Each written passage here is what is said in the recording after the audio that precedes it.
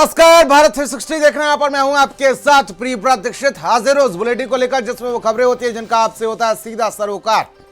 तो पूरे आधे घंटे आप बने रहिए हमारे साथ। चलिए खबरों के रुख करेंगे और आज सबसे पहले बात करेंगे अयोध्या की। अयोध्या में श्री राम जन्मभूमि मंदिर के निर्माण और उससे जुड़े ट्रस्ट को लेकर इन दिनों कई तरह के सवाल और चर्चाएं सुनने को मिल रही हैं। कई तरह की अनियमितताएं जो है वो सामने आ रही है।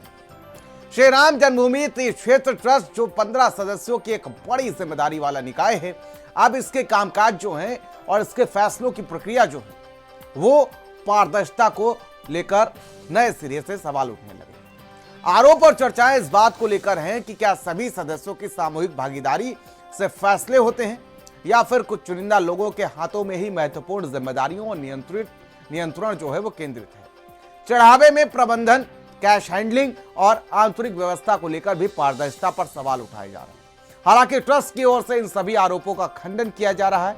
अब पूरा मामला जांच, जवाब और पारदर्शिता की मांग के बीच घूम रहा है, क्योंकि ये सिर्फ एक प्रशासनिक ढांचा नहीं बल्कि करोड़ों श्रद्धालुओं की आस्था से जुड़ा हुआ है। अब नजरें इस बात पर टिकी हैं कि जो सवाल उठ रहे हैं, क्या आधिकारिक स्पष्टता सामने आएगी उस पर, या ये बहस और आगे बढ़ेगी। रिपोर्ट किस तरह?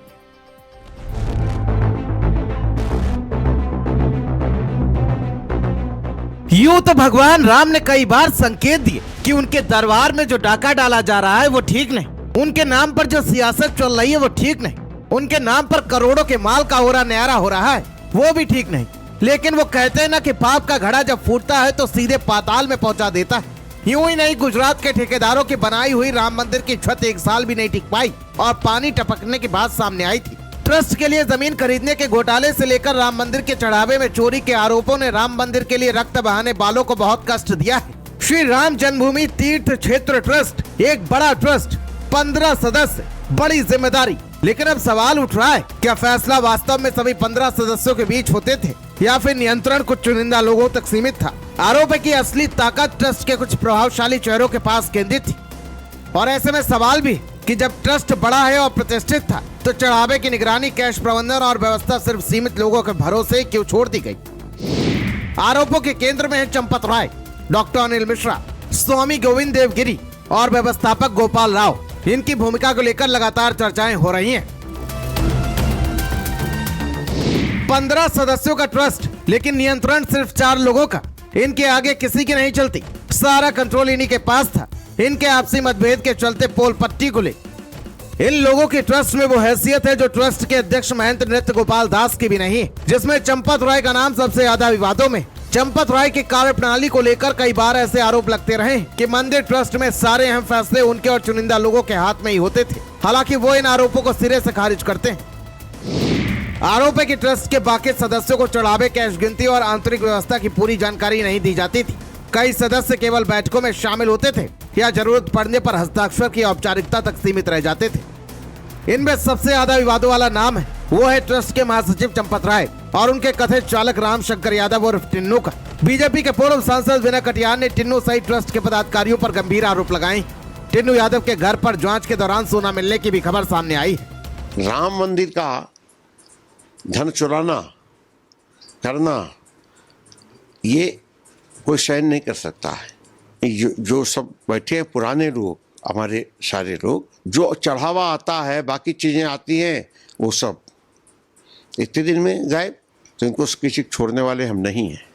हो सकता है 1-2 दिन लेट हो जाए, लेकिन छोड़ने वाले नहीं। विनय कटियार के आरोपों से शुरू हुई कहानी सीधे चंपत राय तक पहुंच रही है और फंस रहे हैं टिन्नू महाराज। जो हमारे ऊपर सोशल मीडिया के कारण आरोप लगाए जा रहे हैं वो सब निराधार है, ये गलत है। हमारे मकान के बारे में जो दिखाया जा रहा है वो भी गलत है। जो हमारे ऊपर आरोप लगा रहे हैं लोग, 50 करोड़ की संपत्ति है, वो तो भगवान जान रहे हैं सारा। इन लोगों को सफाई देने का क्या मतलब है हमारा, कि भगवान इनका निर्णय करेंगे। चंदा चढ़ावा से कोई मतलब नहीं, इनको फंसाया जा रहा। बड़े बड़े लोग खा रहे हैं और ये जांच का मतलब क्या होता है? जांच करिए, सबके जांच करिए, कितने लोग इसमें काम करते हैं। हम एक साधारण दाल रोटी खाने वाले, 7 बजे मेरा परिवार जा रहा, 11 बजे आ रहा, इसका ये मतलब है? मैं किसको मुंह खोल के कहूँ? कल को जान से मार देंगे, मैं किसको बताऊं? लेकिन ये जो बड़े बड़े लोग, इनको तो जांच करना चाहिए, वहां जाना चाहिए। पूर्व सांसद विनय कटियार के आरोप और टिन्नू के परिवार के सफाई। टिन्नू यादव की पत्नी और उनके बयान के बावजूद कई सवाल है। ड्राइवर का काम करते हुए भारी दौलत कैसे कमा ली? और क्या चंपत राय का टिन्नू सिर्फ ड्राइवर? ऐसे में कई सवाल। क्या चंपत राय को बचाने के लिए टिन्नू को मोहरा बनाया जा रहा है? क्या टिन्नू पर चंपत राय की असीम अनुकंपा है? क्या चंपत राय का खजांची भी था टिन्नू? क्या चंपत राय टिन्नू के नाम से संपत्तियां खरीदते थे? एक बड़ा सवाल यह भी है, क्या चंपत राय इस बात का जवाब देंगे कि रामशंकर यादव और टिन्नू जो कभी चंपत राय का ड्राइवर हुआ करता था वह अब उनका सहयोगी बन गया और अरबपति कैसे बना? अब नजरें जांच पर है, नजरें जवाबों पर है, नजरें पारदर्शिता पर, क्योंकि करोड़ों श्रद्धालु आरोप नहीं स्पष्टता चाहते हैं, विवाद नहीं विश्वास चाहते हैं। राम के दरबार में सबसे बड़ी पूंजी सोना चांदी नहीं भरोसा होता है, और जब भरोसे पर सवाल उठते हैं तो जवाब देना भी उतना ही जरूरी हो जाता है। अब देश की नजर एक ही बात पर है, क्या सवालों का जवाब मिल पाएगा या सवाल और बड़े होते जाएंगे, क्योंकि मामला सिर्फ दान का नहीं करोड़ों लोगों की आस्था का भी है। स्पेशल डेस्क, भारत समाचार। और अब बात कर लेते हैं